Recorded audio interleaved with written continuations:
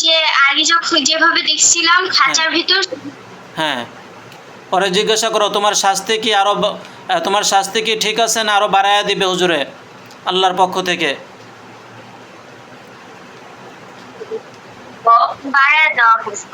হ্যাঁ তুমি দিও, ঠিক আছে তোমাকে বাড়ায় দেওয়ার পরে দিব।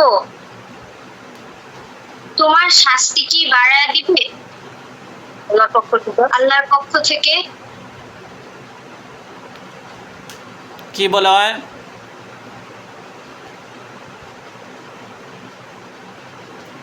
কিছু শোনা যাইতেছে না। আচ্ছা ঠিক আছে, শোনাতে পারবে না, ওরা বন্দি করে রাখা হয়েছে।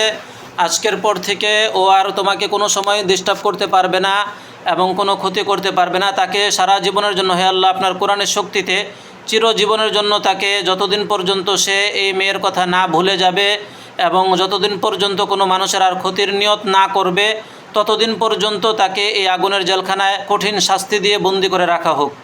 কঠিন শাস্তি দিয়ে আল্লাহ আপনি বন্দি করে রাখুন। বিসমিল্লাহির রহমানির রহিম। وكان حقا علينا نصر المؤمنين وكان حقا علينا نصر المؤمنين بسم الله الله أكبر। দেখো তো তোমার সামনে একজন হুজুর আসবে, সাদা জুব্বা পরা, সাদা দাড়িওয়ালা এবং মাথায় পাগড়ি থাকবে। একজন বৃদ্ধ যার সাদা দাড়ি থাকবে এরকম একজন হুজুর আসবে। হুজুর আসলে হুজুরকে সালাম দিবা। ওকে, হুজুর আসছে? জি, আসসালামু আলাইকুম। ওয়ালাইকুম আসসালাম বলছে হুজুরে। জি। আচ্ছা, হুজুরকে জিজ্ঞাসা করো যে হুজুর এই যে হুজুর এই যে যাকে আমরা বন্দি করছি ওরে আল্লাহর পক্ষ থেকে ফায়সালা হয়েছে বন্দি করার, তো এই বন্দি অবস্থায় তার শাস্তি ঠিক আছে নাকি তাকে হত্যা করতে হবে? করে বললে ভালো হতো। হ্যাঁ হ্যাঁ, মানে এই কথাটা একটু ভাঙা ভাঙা বলেও বলতে পারতো। তোমার বলা লাগবে না, আমি বলতেছি, উনি উত্তর দিবে, তোমার কিছু বলা লাগবে না, আমার কথাটাই শুনবে। হুজুর, আপনারা এই যে যাকে বন্দি করে রাখছি তার যে কি অবস্থা,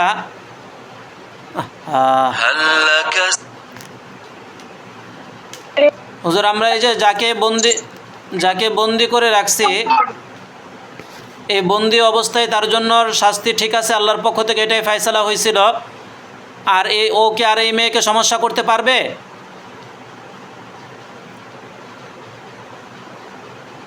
হুজুর কি বলতেছে?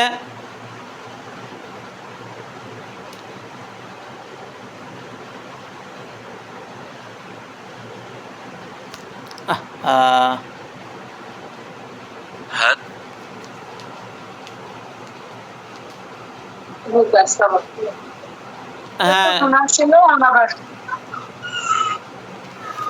হুজুর কি বলতেছে?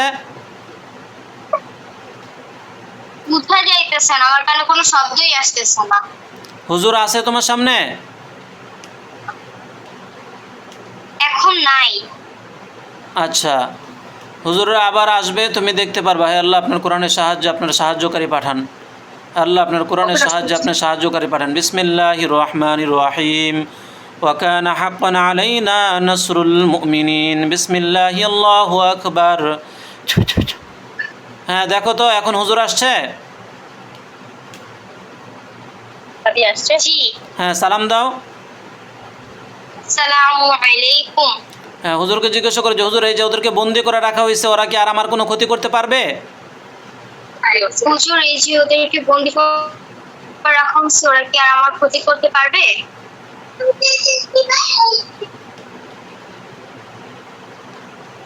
না বলতেছে।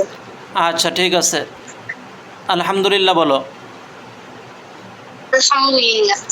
আচ্ছা হুজুরে, তাহলে আমরা এই মেয়েকে রোকায়া করে দিই, আর হচ্ছে যাকে আমরা বন্দি করে রাখছি ওর থেকে এই মেয়েকে আলাদা করে দিব এবং এই মেয়ের মধ্যে এবং তার মধ্যে পর্দা দিয়ে দিব।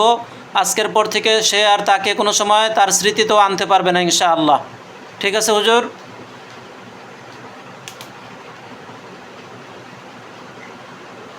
হুজুররা কি বলে?